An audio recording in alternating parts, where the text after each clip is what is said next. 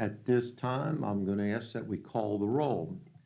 Please state where you are calling from, if you are calling in remotely, if you're in your district, or if you're in the annex. Please call the roll. Senator Parrott. Senator Webb. Senator Wise. Representative Fugit. Representative Harris. Present here in the room. Representative Heverin. Here in the room. Representative Huff. Present here in the room. Representative Miller. Representative Rowland. Present in the annex office. Thank you. Representative Sims. Senator Humphreys, I'm sorry. Senator McDaniel. Here in the room. Representative Reed. Representative Rudy. Representative Upchurch. Here. Co-Chair Higdon. I'm here in my district. Thank you. Chair Santoro. President in the room. Thank you. We will call the roll again at the end for the members that we didn't get a response from. But if you are here and you already signified as present, we're going to pass over you. At this time, since we do have a quorum, we need approval of the minutes. So moved. I need a second. So moved. All in favor, please indicate by aye.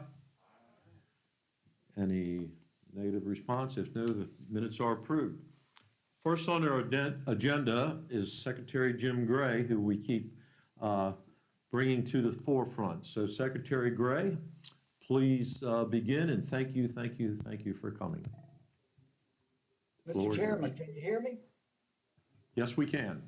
All right, sir. Good. Want to make sure the technical, we were working, our technology was functioning. Okay. Well, first things first, let me thank you, the leadership of this committee, yourself. I see Senator Higdon's with us as well. Senator Higdon, thank you. Thanks for the meeting yesterday. I always want to acknowledge the relationships that we have with the committee leadership and the members, and also the leadership of the General Assembly in both the House and the Senate.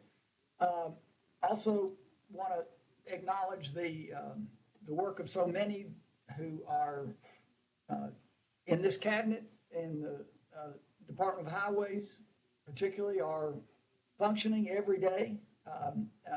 They say that battleships don't make right-hand turns, but I would argue against that in the case of my understanding of is the Transportation Department itself, and or the Transportation Cabinet rather, and we've done just that. So, with that, Mr. Chairman, let me begin by introducing those who are I would characterize as our subject matter experts, who are going to address the agenda items that you've got today.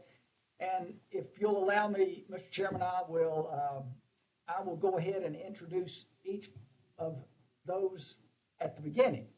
And then you all can comments and questions at the conclusion of each person's presentation would work, or however you prefer it. Okay?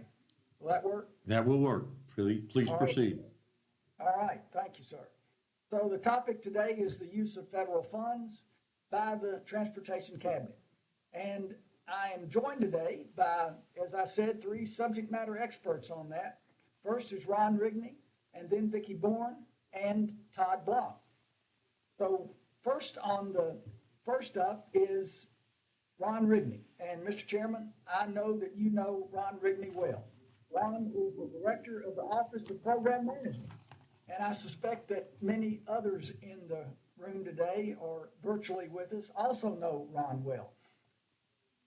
I will tell you that as soon as I came through the doors of the Transportation Cabinet building here back in December, he was one of the first people that I met, and I now characterize him as the Obi-Wan Kenobi of the cabinet. Ron is an extraordinary person. He's been with the cabinet for 32 years. And he is the second of three generations working for the Transportation Cabinet. His father was an engineer, Casey County, where Ron also grew up. But his father was an engineer with the Transportation Cabinet in the 60s when our interstate highway system was being built.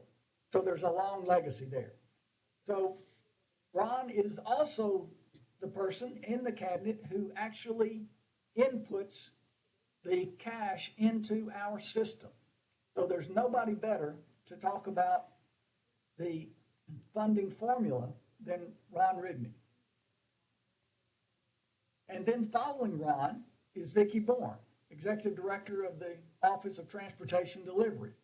Vicki is back with KYTC. She has had a remarkable tenure and career with the cabinet. She has held the position from 2001 to 2018, long history of service in the cabinet. She was inducted, importantly, I want to share this with you all, she was inducted into the Kentucky Transportation Hall of Fame in 2013 and into the Kentucky Public Transit Hall of Fame in 1999. So Vicki will be second on our agenda today to talk about the transportation delivery, transit, and funding formulas. And rounding out our presenters is someone that many of you also know well, and that's Todd Block, our Commissioner of the Kentucky Department of Aviation. Todd was named Commissioner after serving for 2 years as Deputy Commissioner, and before he joined the Cabinet, he served our country for 31 years in the U.S. Army and the U.S. Coast Guard. He's a pilot in the Army and a search and rescue helicopter pilot in the Coast Guard. And he tells me that he flew missions from the Caribbean to the Arctic Circle. Aviation is Todd's passion, and his military background is a big part of that. It included logistics and finance. Today, you will hear him describe the federal aviation funding formula, along with similar to what the others will be. So let me turn it over to Ron Rigney now. Thank you, Secretary. Mr. Chairman, can you hear me? Yes, we can. Please proceed. Okay, thank you very much. Committee members, LRC staff members, thank you all for providing the PowerPoint there on the screen for us. Mr. Chairman, I just wanted to highlight that I did put my email address there on the very front page, and as we go through the PowerPoint presentation, you will see that there's a lot of information in the PowerPoint. But I wanted to put that information in there so that it could be used as a reference back to you all at a future time when you're looking back and you're thinking, well, Ron mentioned something about that in the PowerPoint, and you can go back to this PowerPoint presentation. And if you've got questions, just email me, and we'll try to work through those and try to get the information to you as we can. So I guess for the record, my name is Ron Rigney, and I'm the Transportation Engineer Director for the Division of Program Management at the Transportation Cabinet. Next slide, please. And we always like to remind everyone of the KYTC mission to provide a safe, efficient, environmentally sound, and physically responsible transportation system that delivers economic opportunity and enhances the quality of life in Kentucky. Next slide, please. Just want to remind everyone, please remember that the Federal Aid Highway Program is a reimbursement program. It's not a grant program, so please keep that in mind. Next slide, please. The Federal Aid Highway Program is mentioned. It is a reimbursement program. It requires state matching funds. The majority of our KYTC federally funded projects are 80% federal and 20% state match. We do have some projects like our Highway Safety Improvement Program that may be 90% federal and 10% state, but the majority of the projects are 80-20. The KYTC or the Cabinet, we must pay for expenditures with state funds and then seek reimbursement from FHWA through a weekly federal billing process. And this reimbursement process, it normally takes 6 to 10 days to receive the reimbursement. And we're allowed to bill FHWA weekly. Also, the Federal Aid Highway Program is conducted in accordance with the current Transportation Act, and as it's approved by Congress and signed into law by the President. Next slide, please. Now, FAST Act is what we are operating under now. It was approved back in December the 4th in 2015. It was FAST Act actually expired September the 30th of 2020 of this year. However, Congress has passed a continuing resolution extending the FAST Act through September. And that has been approved by Congress and signed into law by President Trump. Next slide, please. FAST Act, the continuing resolution, again, it extends the 2020 enacted federal funding levels through 2021 for federal aid highway programs and the transit programs. Also, the estimated federal aid highway funding for Kentucky is at $736 million. And just a footnote on that, that is the $736 million is what we used when we were preparing the 2020 highway plan. We knew that the current act would be expiring in September of this year, but we went ahead and did a straight line projection using the 736 in hopes that Congress would pass a similar program. Next slide, please. Now, the FAST Act, the continuing resolution, it began on October 1st of 2020, and it ends on December the 11th, 2020. Now, that is the continuing resolution for the allocation of the federal aid highway funds. They passed as mentioned, they have extended the Transportation Act through September 30th of 21, but they have only approved allocations for a 72-day period. Now, with that, those 72 days, what we have actually received for our 2021 obligation, what we call our spending authority that's provided to Kentucky, we've received $126 million for this 72-day period. And what we will do, what the cabinet will do with that $126 million, that provides federal funding to cover cost overruns, conversion of advanced construction phases. It provides funding to begin design, right-of-way, utility, relocation, and construction phases. So we will strategically use those dollars. Next slide, please. Now, one of the items I mentioned was advanced construction, how we will strategically use our dollars. And what advanced construction is it's simply a mechanism that allows states to commit future federal funding to a project initiated today. And what we call that our federal credit card. I know you all in the past have heard me mention that. And what that does, it enables the cabinet the flexibility to begin a project using state funds, but that project remaining eligible for future federal reimbursement at a later date. So what we have to do, we have to use state funds to pay for the project expenditures until those federal aid highway program funding is available. Then we can seek reimbursement of project expenditures.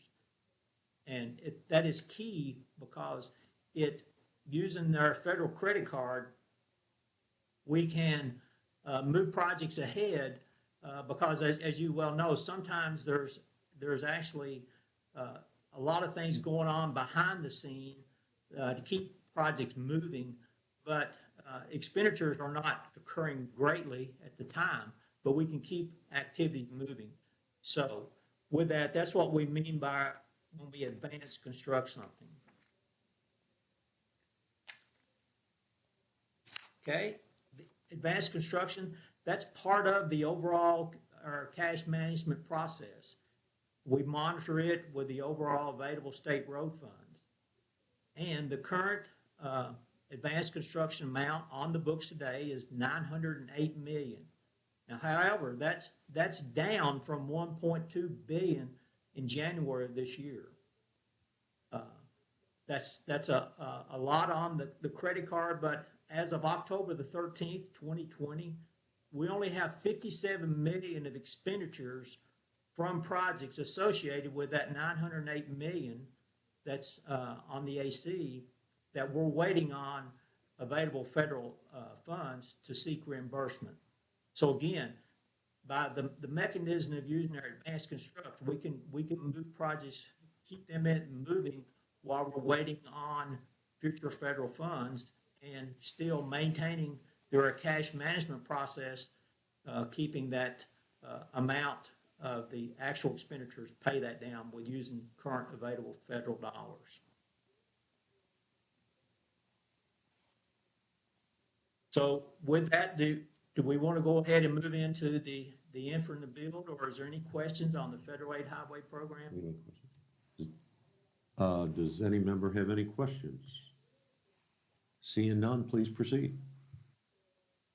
Thank you. Okay, the US DOT infra and build projects. The infra projects, the acronym is for Infrastructure for Rebuilding America. Okay, that's what what it means. It's the acronym is Infrastructure for Rebuilding America. Now, we have been fortunate, Kentucky, through the transportation project, cabinet through our projects, we've been fortunate to receive two infra funding for two infra funded projects. In 2018, all right, thank you. We received $67.5 million for an infra award for the Boone County I-71, I-75 interchanges and auxiliary lanes. Very, very good project. That project is currently underway. It's already been awarded, and we're approximately 18% complete on that project. The one footnote on that I would have you to look at is that the local commitment from that, and one of the things in the review of infra projects, when you turn in the application seeking infra funds, the USDOT look at a local commitment to leverage non-federal funds with federal funds. And the local commitment on that project, Boone County committed $2.5 million, and there was also $500,000 in private donations. So basically $3 million was associated with the funding for that project. The next slide will show the actual funding breakdown on that, but for sake of time, I know we've got a lot to talk about today. We'll move on into the next infra project.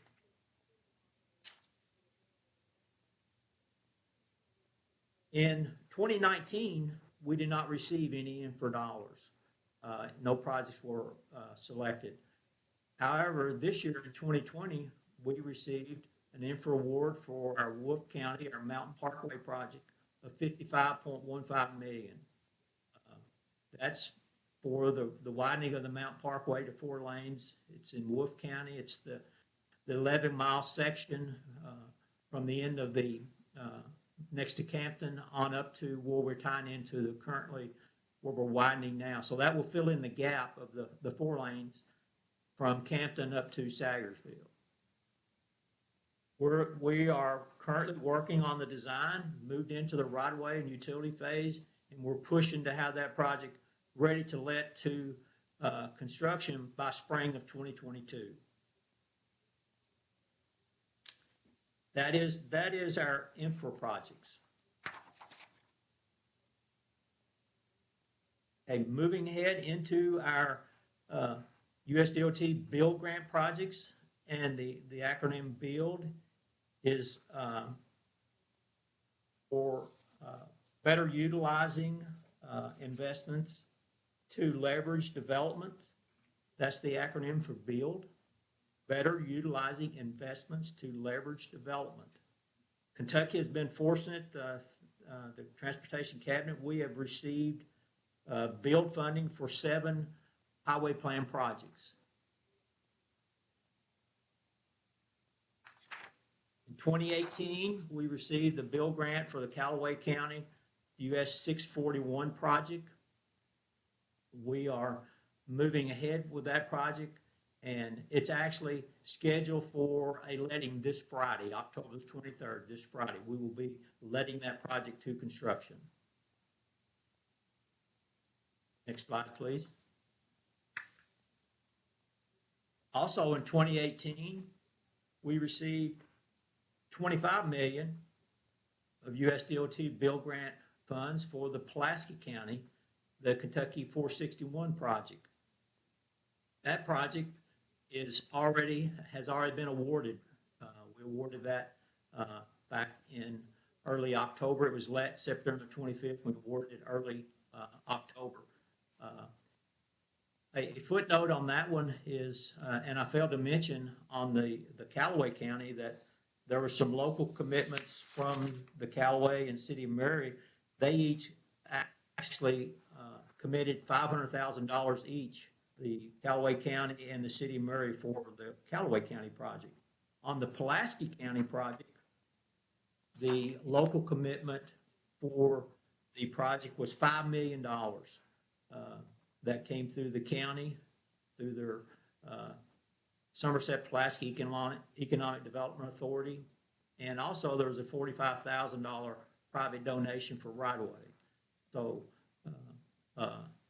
big commitment from the local community on that project.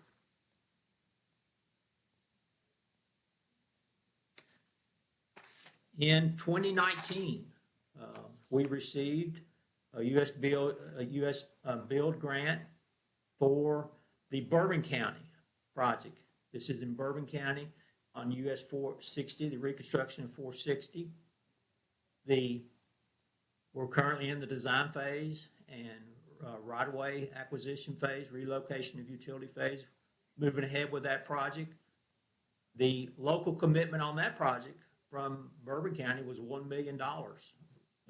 The Bourbon County committed $1 million towards the cost of that project.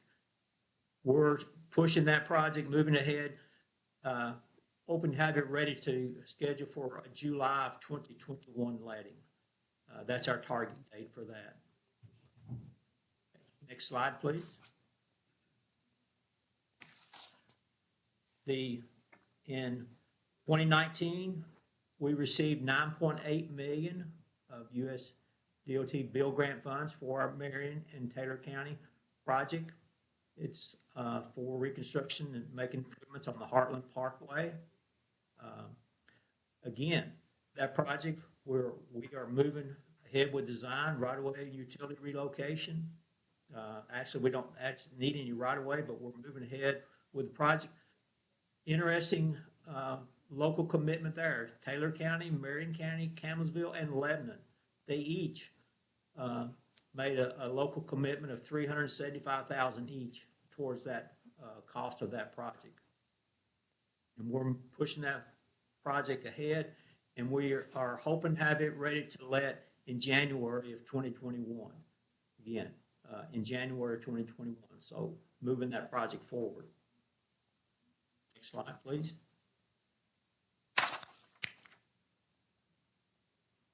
In 2020, we received $13.5 million of USDOT BUILD grant for our Logan and Todd County project, and this is working 4 bridges, reconstruction of 4 bridges on US 79, widening the bridges. We are into the getting design started in those projects, moving ahead with that, and there was a $300,000 local commitment from Logan County and $300,000 local commitment from Todd County on those projects.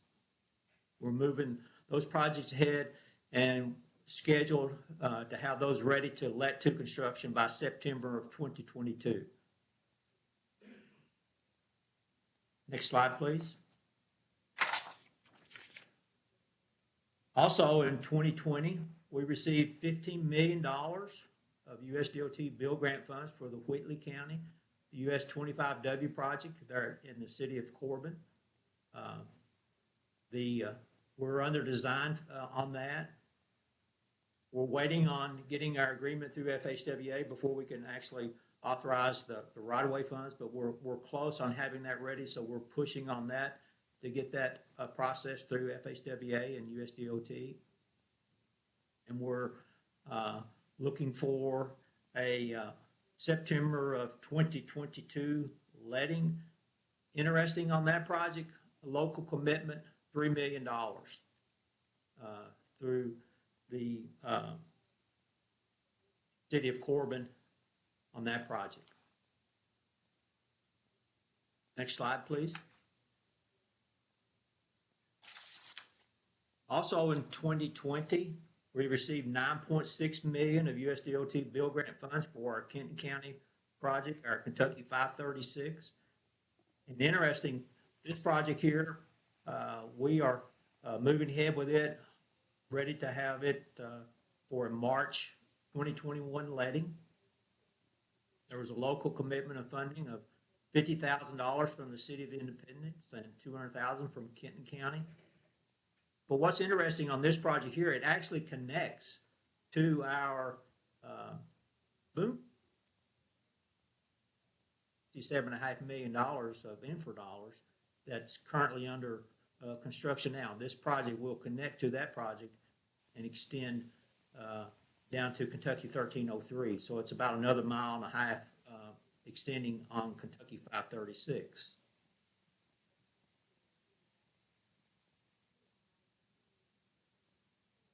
And again, I know there's a lot of information there on each of those build and infra projects that you can go back and look at it at your leisure. And if you have any questions about those individual projects, just send me an email and we'll try to get those answered to you. Any other questions?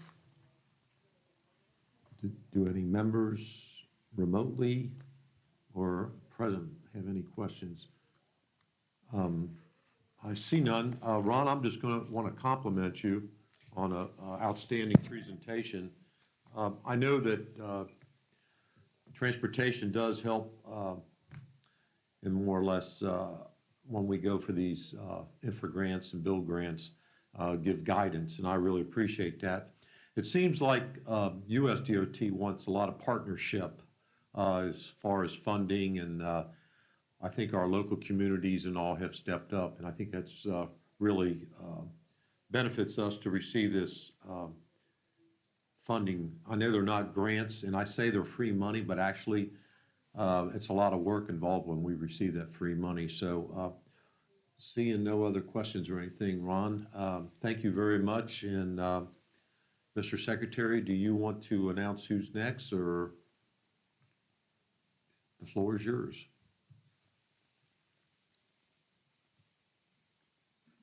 I have Vicki next. Good morning.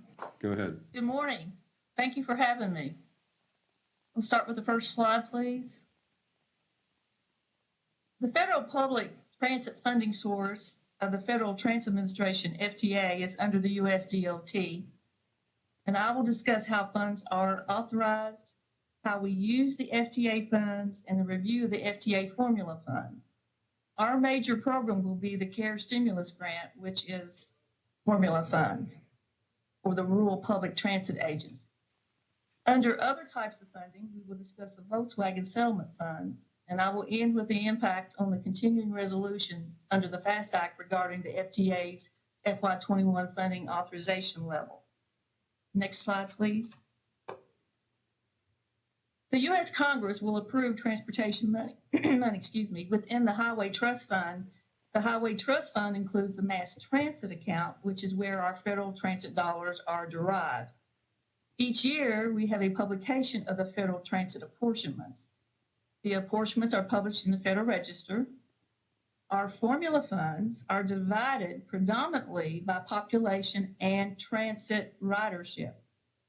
One apportionment will be specified for the urban areas with a population over 200,000, one for the small urban, which are areas between 50,000 and 200,000, and one authorization for our rural areas under 50,000 in population, which is basically 110 counties.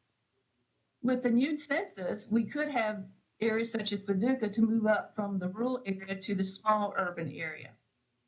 Urban areas such as Louisville, Lexington, or the Northern Kentucky will apply directly to FTA. We sometimes include the large urban areas with our discretionary grant applications. Some small urban transit providers may choose to apply through our office. For example, we have applied for grants on behalf of the E-Town or Bowling Green. Insofar as the rural areas, we post annually a notice of funding opportunities. In turn, the rural nonprofits, local transit authorities, cities, or county governments apply directly to us in March or April of each year. The next slide, please. We will review the local grant applications, determine the needs and justification in the coming year. The rural transit operators have historically come in to maintain their current operations and request replacement vehicles. The statewide rural grant is submitted for federal transit approval with details on apportioned funds, how they will be spent, and how the projects will be in accordance with the federal guideline. After federal award, we will contract with the various agencies throughout the rural Kentucky.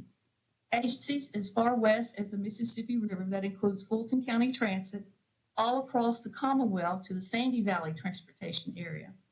The rural transit operators deal with 2 time zones.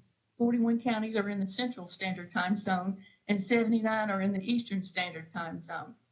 The various Kentucky terrain with the flat, rolling hills and the mountainous areas are sometimes will dictate the type of vehicles they can utilize. We have 54 Appalachian counties that the rural transit operators provide services.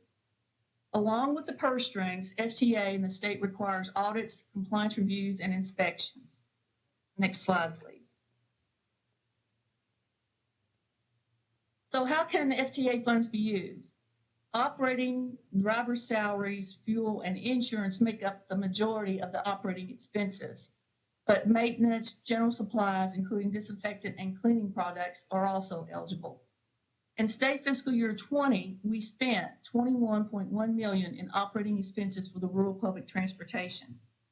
Capital projects consist of mainly rolling stock, our vans, our buses, our lift equipped vehicles. It can also include transit software, bus shelters, construction and renovation of transit facilities. In the state fiscal year 20, we spent $12.4 million in capital. Transit planning includes both the metropolitan planning, MPO, and the area development districts. $649,000 was spent in the federal transit planning for state fiscal year 20. The next slide, please. Our rural general public transit formula funds are referred to as Section 5311. The apportionment formula capital operating and planning is $21.4 million. The Section 5311 CARES stimulus capital operating and planning for FY20 apportionment is $60.5 million. The capital formula program referred to as Section 5339 for bus and bus facility projects for FY20 apportionment is $3.5 million. The Section 5339 also has a discretionary nationally competitive program in which we were awarded $6.1 million. FTA's Section 5310 program is for our seniors and individuals with disabilities. The formula allows both capital and operating. The FY20 formula funds are $3 million for this program. The ridership for state fiscal year 20 due to COVID dropped 45%. The next slide, please. Under the Section 5311, as mentioned in the CARES apportionment with $60.5 million, this is our major FTA grant. In fact, Kentucky's rural transit history, we've never had received such a large apportionment. It provides 100% federal funding to help transit agencies continue to operate during the pandemic. Ridership trips are down in the program too. However, the transit providers have gone that extra mile with the continual cleaning of the vehicles and the social distance between passengers and drivers. The operational expenses are still occurring if one vehicle is transporting 2 passengers or, as in the past, 10 passengers. Funds are and will be used for operational costs, the purchasing of cleaning supplies and materials that protect drivers and passengers, while abiding by the CDC and the governor's recommendations. At this time, it will also provide funding to purchase 46 transit buses. Next slide, please. Of the Section 5311 CARES, we have 4 construction or renovation projects. The future construction of the new multimodal transit center and parking garage in Frankfurt for $5.5 million. The future construction of a new transit hub and maintenance bay facility in Richmond for $3.4 million. The renovation of a current transit facility in Hopkinsville in the amount of $1.5 million, and the expansion of a current transit facility in Owensboro for $1.5 million. The Hopkinsville project has moved further along than the others while they are under the federal environmental consideration. The next slide, please. Regarding other funding category, we have our Volkswagen settlement funds. $8.5 million will go toward the purchase of cleaner emission transit buses in the areas of Kentucky that are challenged in meeting federal air quality standards. We have, after canvassing the state, had 4 applicants. All 4 applicants met the Volkswagen settlement requirements to purchase vehicles and cleaner emissions. These 4 areas in the state will apply for the FTA formula funds and utilize the Volkswagen settlement as a shared cost of the vehicles. In Louisville, the Transit Authority of River City, TARC, will be purchasing 45 30 to 40-foot clean diesel replacement buses. The cost of these buses are over $20 million, and the Volkswagen settlement share is $4.8 million. TARC is our largest transit bus system in Kentucky. In our Northern Kentucky area, we have the Transit Authority of Northern Kentucky called TANK. TANK will purchase 6 40-foot clean diesel replacement buses with the Volkswagen settlement funds share of $2.1 million. In our Lexington area, Lextran will purchase 4 compressed natural gas and 2 all-electric transit replacement buses with the Volkswagen settlement of $1.5 million for the project.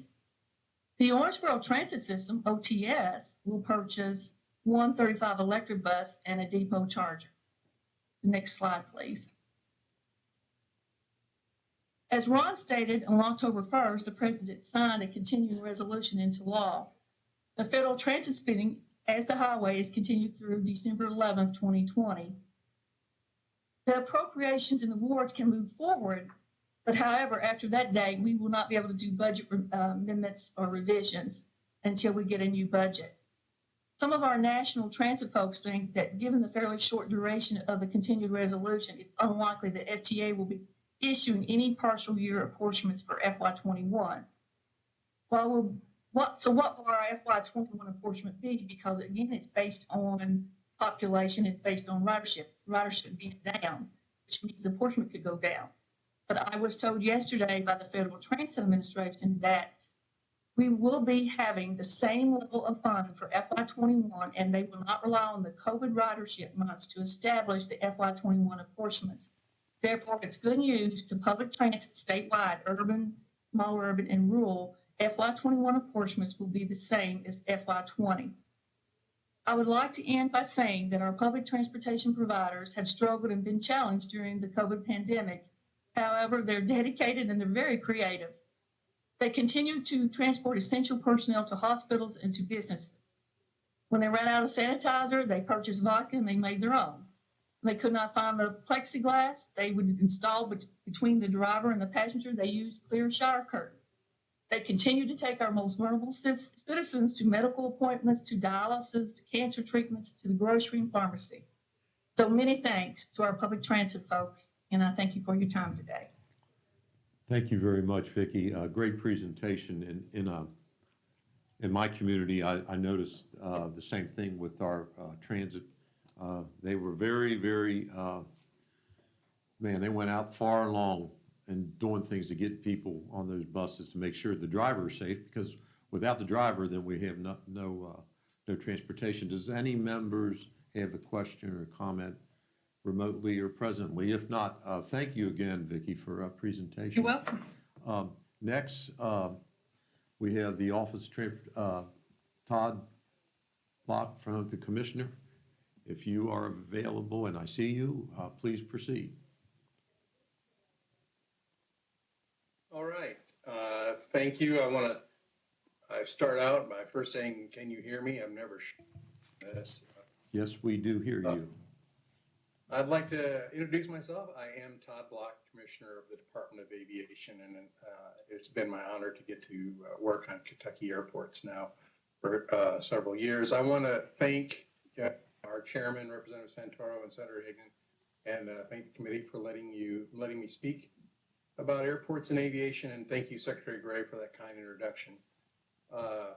When I was invited to speak, the topic was how we use federal funds, and I'm going to get to cover that and hopefully get to provide a little education, because aviation is different when it comes to federal funds, comparing ourselves to highways.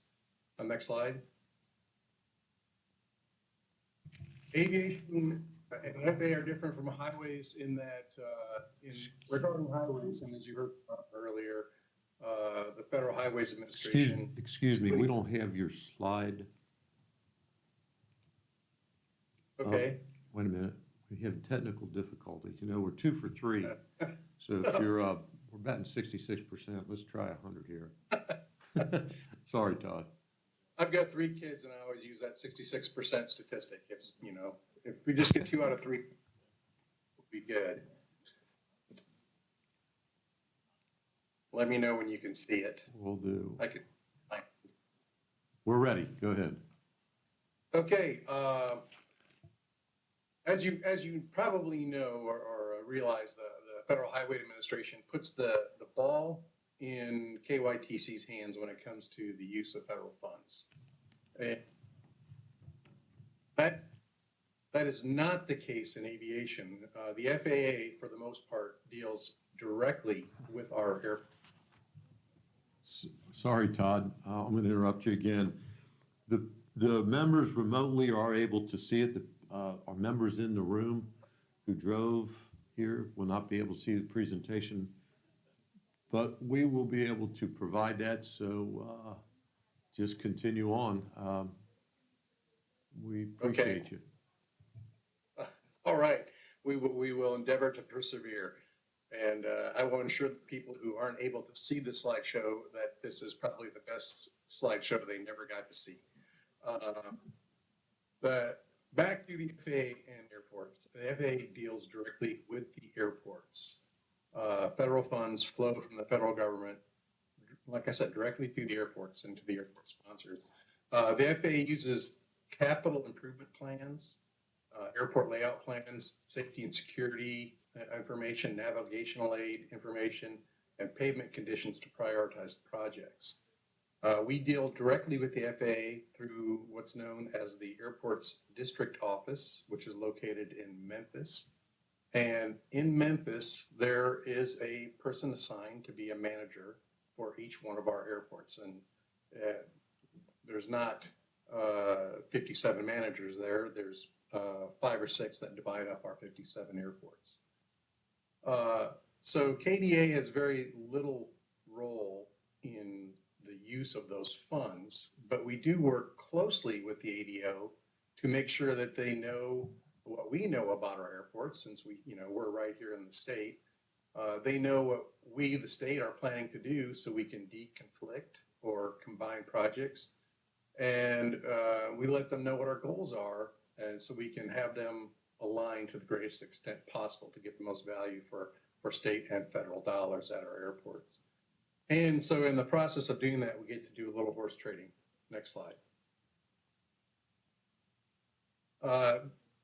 The federal government funds airports through the Airport and Airways Federal Trust Fund. Many people don't know that. Many people think it's their tax dollars that are serving the airports, but it's not. It was a fund established in 1970, and it basically is completely made up of excise taxes applied to domestic passenger tickets, domestic flight segments, and international passenger arrival and departures. the purchase of air travel miles or even frequent flyer miles or similar programs, air cargo, way bills, and aviation fuel purchases. But the single largest source of the excise tax revenue for that fund comes from the transportation of passengers, which unfortunately for this year is down significantly. But the trust fund was quite robust, and the federal government is assured that it's going to remain solvent. So the FAA uses that money for several purposes, but of the three that are listed on the slide, which for the people who can't see the slide, they use the funding for construction and safety improvements at airports, technology upgrades in air traffic control, and to conduct FAA operations. The one we're concerned with is the construction and safety improvements at airports. And the FAA funds those projects through something known as the Airport Improvement Plan, or AIP. AIP is a grant program that is set up to distribute those funds properly to the airports.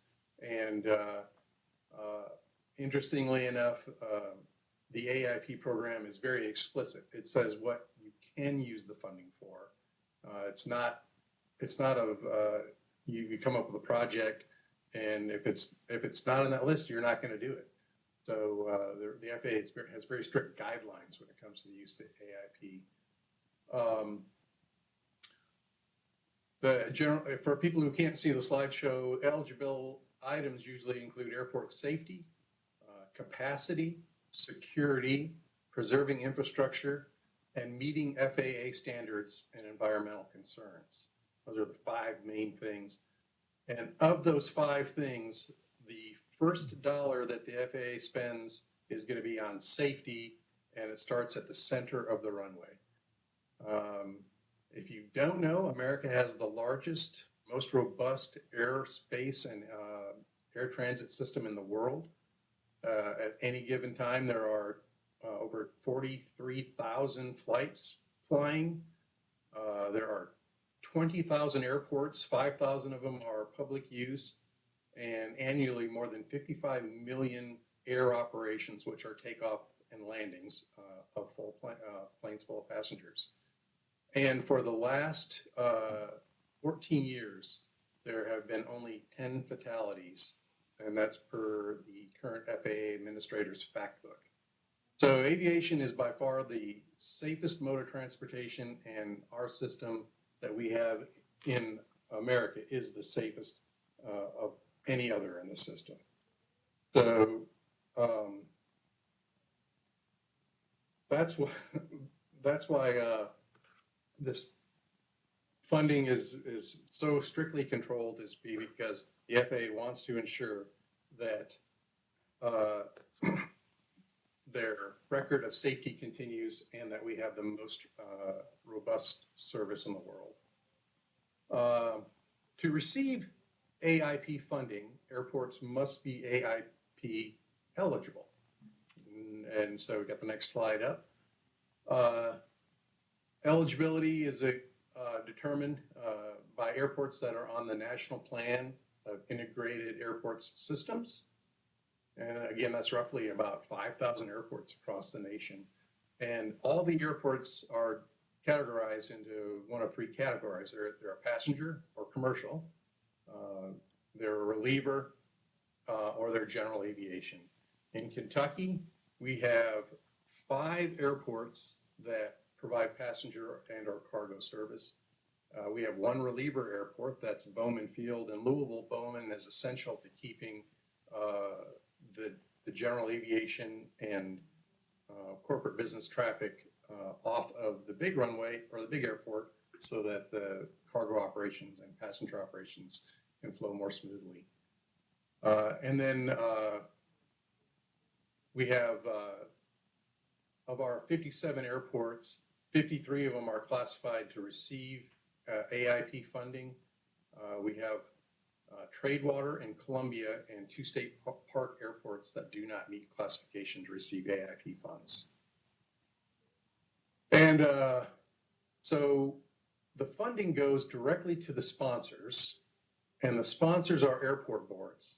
At our GA airports, they are appointed either by a judge executive or a mayor, and in some cases, both. Federal funds, AIP funds, come with a local match. It's 10% for our GA, our general aviation airports. GA airports are airports where you can't buy a ticket to go fly. And the match is 25% at commercial airports. The Department of Aviation uses our budget to provide 7.5% of that 10% match for our GA airports. Annually, we budget about $1 million for that. And this is really important to a lot of the smaller communities because the 10% match in some cases can be significant. And so it's nice to be able to help them out. Every time an airport accepts federal dollars, it re-obligates itself to the FAA to keep the airport open and in working condition. And because of the way that our federal funds are distributed, I'm not going to be able to talk about specific projects like Ron did. I will be able to talk about the total federal dollars, a snapshot from 2020, and give you an idea of how the FAA distributes that money in Kentucky. So here's the snapshot of federal funding for 2020, and it's unfortunate for the people who can't see the slideshow, but if you can see the slideshow, you can see that we have basically divided our airports into our commercial, which there are 5, and our general aviation that receive funding, which are 50. And we've divided the funding up into regular funding. And most years, that's all you would see. But because of this special year, there's also a column for CARES Act funding. And then we total that. And so for regular funding, our 5 commercial airports receive about $94 million, and our general aviation airports receive about $23 million. The CARES Act, which was primarily designed to keep operations going, has supplemented our passenger commercial airports, the 5 airports, with an additional $88.8 million, and our general aviation airports, 50 general aviation airports, with $2.5 million.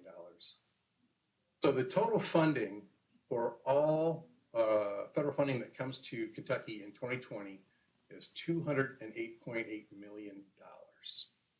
And then I have 2 graphics that basically break out how that show how that funding is used.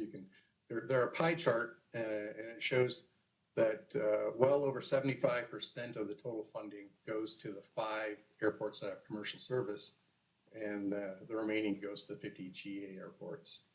And then I break out how of our 5 commercial airports, what percentage of the funding they receive. And CVG in northern Kentucky receives the lion's share of it, and then Louisville comes up next. This is a snapshot. Like I said, it's going to be different each year. This year, Paducah and Lexington show up as about being equal. Normally, Lexington would receive quite a bit more than Paducah, but Paducah is getting a new terminal, and that's kind of bumped up the total federal dollars they're receiving. As I said, the CARES Act funding can be used on any AIP eligible project, but it's primarily intended to support overhead, and that is what most airports will be using it for. I'd also like to add that what this slide doesn't show is that our GA airports, they rely almost strictly on state or federal funding, and they don't have a tremendous ability to generate revenue. Our commercial service airports have the ability to create revenue through parking and vendor fees and passenger fees, and usually significant jet fuel sales. But our smaller airports, our GA airports, don't have the ability to do that. So that's kind of another neat reason why KDA's mission is to support our general aviation airports. And I will add, and when you're looking at these big dollars, our budget, KDA's budget, is insufficient to be used at commercial airports on a regular basis. Though we do support projects at our large airports, it's usually some particular circumstance that leads to that. But if you consider the costs and the budgets at commercial airports, if you look to use KDA funding at commercial airports, I kind of equate it to raiding your 8-year-old's piggy bank to help pay the mortgage in the car note.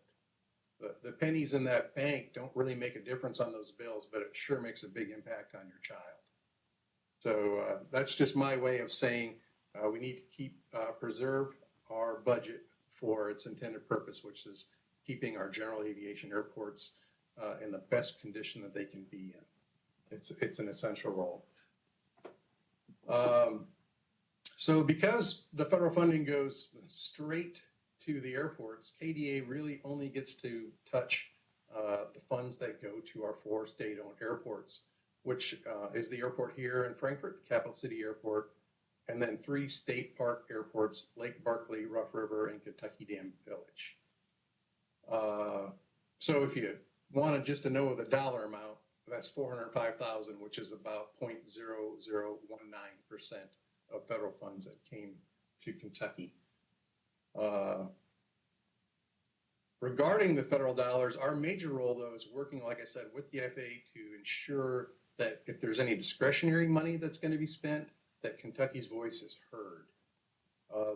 There is almost always discretionary money that the FAA has available, and we need to make sure that the FAA knows that. And some of our big wins recently is the FAA has agreed to build the new airport at Gallatin County. That's going to bring in more than $20 million in federal dollars. And then we had a landslide that's threatening the airport runway at Falmouth. And we worked with the FAA to help get the initially estimated just over $4 million. That estimate was way wrong. And we found out late this spring that it was about half of what was needed. And we were able to have a really good discussion with the FAA and get the FAA to agree to come up with that extra money to fund the full $8.3 million project that's getting underway now. And then Big Sandy Airport out in eastern Kentucky, because of some geographic constraints, or they were about to be forced to reduce their runway length for safety reasons to less than 5,000 feet. 5,000 feet is the key length for getting business aviation and small jets to come to your community.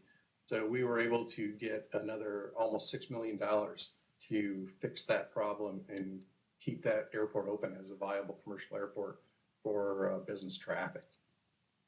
So that's where our role really is. And then in the horse trading arena, we were able to work with the FAA to plan projects that meet the FAA's goals, but also meet our goals. And an example of that is our park airport at Rough River needed about $600,000 for pavement work. And the FAA recognized that, but they also recognized that there were some trees that created an obstruction. And because safety is the first place they spend money, they wanted to spend the money on tree clearing. Well, tree clearing by federal standards takes 3 times as long and costs twice as much as it does by state standards. So we were able to horse trade with them to get to make it so that KDA paid for the tree clearing and then used the bigger federal dollars to pay for the pavement. So that's another way where Kentucky gets to influence federal money. Next slide. Here's a picture of our statewide system. You can see our airports are pretty well spread across the state. The Gallatin County Airport is highlighted, or actually low lighted in light white up there on the top. And we are also in our state system plan that was completed about 4 years ago. We identified a need down in Letcher County, and we have got the FAA. The FAA agrees that Letcher County and that community is underserved. So we will be working on getting air service to that community. But our airports equal access, and as we move forward in the landscape of next day and same day delivery of goods and services, air access will become even more important. communities without air access will be disadvantaged, just like not having access to high-speed internet. Businesses will look elsewhere for growth. So we use our funding to ensure all Kentuckians are well served by aviation and airports. Next slide. Now, this wasn't asked, but this is what KDA's role is in funding. We know our airports serve their communities, but they also create workforce and commercial aviation, which serves peoples and industries throughout the world. And we already are an aviation state. It's our #1 export. We're still #2 in the nation in aviation exports. And expanding our role of our airports and training pilots and mechanics can create opportunities for young people and help feed the pipeline for our known world shortage of pilots and mechanics. So as I said, we have 51 general aviation airports. 52nd is being built, and like I said, moving forward in Letcher County. But we only have 4 people who work full-time on our airports. And we use our FAA-approved state system plan, pavement analysis, on-site inspections, local planning to prioritize how we spend our jet fuel tax money. And we spread that money across the state. We have a statewide focus in our partnership with our airports, our local officials, and the FAA and other federal officials, and very importantly with the legislature, is key to ensuring that our airports are properly maintained and funded. We have a tremendous need. We've been working hard to rehab our airport pavements, on which we've had a significant backlog of maintenance. And a recent study that we completed in December shows that the end of the tunnel is in sight, but we have to continue to focus funding on pavement for the next 7 years. If, according to the study, if we spent $10 million a year for the next 7 years on pavement, our average grade for our airport pavement would be passing. It would be an 86, basically a middle B. If we spend $0 in that same period of time, our average pavement in Kentucky will be failing. What that really translates to is the Olive Hill Airport in Carter County. The pavement got too bad. It was too expensive to rehab, and several years ago that closed. So we know that if we don't continue spending money on pavement, we're going to end up losing airports sometime in the near future. Again, we also budget $1 million a year to help with the local match, and we have identified another $20 million in need throughout the state. For people who don't have the benefit of seeing the slide, the last bullet on my slide says our projected budget for 21 is adjusted for the impact of COVID is about $10 million. So we already identified that we need to spend $10 million on pavement, and then we have $20 million in additional needs. And those needs are safety and navigational. They're valid needs. As Senator Higdon has told me, the needs always outweigh the funding, and that's why we work very hard to ensure that every dollar we spend on the right things. Next slide. So that's my presentation when it comes to federal dollars. The Department of Aviation does not directly spend the money, and we do not directly have control or oversight of the projects, but we do play a role with our federal partners in ensuring that we get the most out of federal funding. I've said this before, I equate our airports to railway stations from the 19th century. Communities that had railway stations flourished, and those that didn't stagnated or died. And so as we move forward into the future, our airports are going to become so much more important. And so with that said, I do want to, I guess I want to add one more thing. Vicki made me think of this. Our airports also are working very hard and very creatively to keep themselves and their customers safe during the COVID environment. And they have not taken their foot off the gas on making their airports serve their communities better. So we're really proud of our airports. So thank you again for your time and allowing us to make do our part to make our airports better, and I'm welcome for questions. Thank you, Commissioner.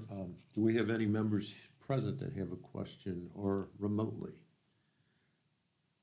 I see none. Very good.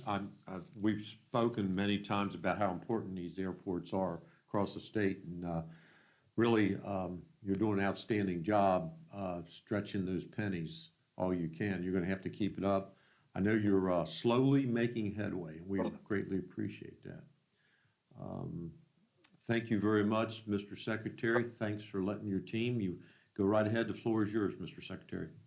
Just one footnote, Mr. Chairman. I thought I was going to mention Todd's presentation, especially about the commercial and passenger airports, reminded me that he and I had a meeting with the executive directors of the Louisville, Northern Kentucky, and Lexington airports, which are those major passenger and commercial airports in the state. And just, I think your members would, and your committee members would want to know what they shared with us at the time in terms of their current condition. And the current passenger counts at Lexington, I believe, Todd, and correct me if I'm wrong, but Lexington was the worst, at down almost 80%. That's correct. Is that right? Yes. And then Northern Kentucky and Louisville were roughly at the same level, which was just over 50. Is that correct? And actually, for passengers, it might have been lower. It might have been closer to about 35% for those. That's Northern Kentucky and Louisville, right? Okay. But in any event, those numbers translate into really drastic losses, revenue losses.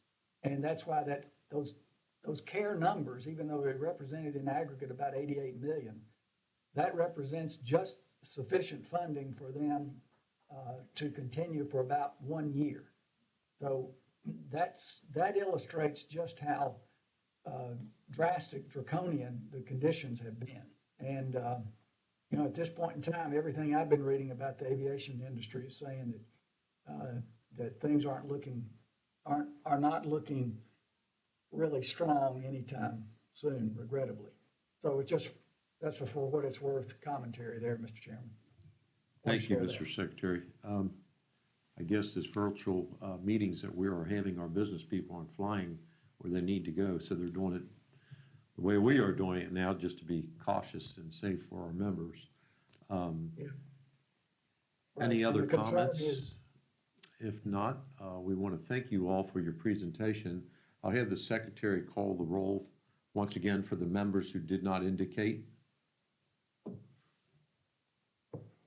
Senator Webb,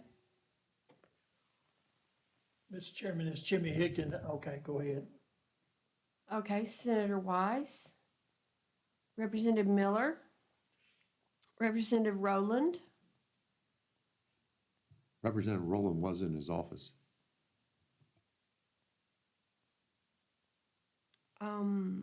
okay, that's it. Thank you. Senator Higdon, co-chair. Co-chair Higdon, you have a comment? Yeah, I'm just going to tell you that make sure you mark me present, even though I'm attending remotely. We do have you marked present with a big star. Anyway, this will conclude our meeting. We will take a request for an adjournment from any member. We have a second. We are now adjourned. Thank you.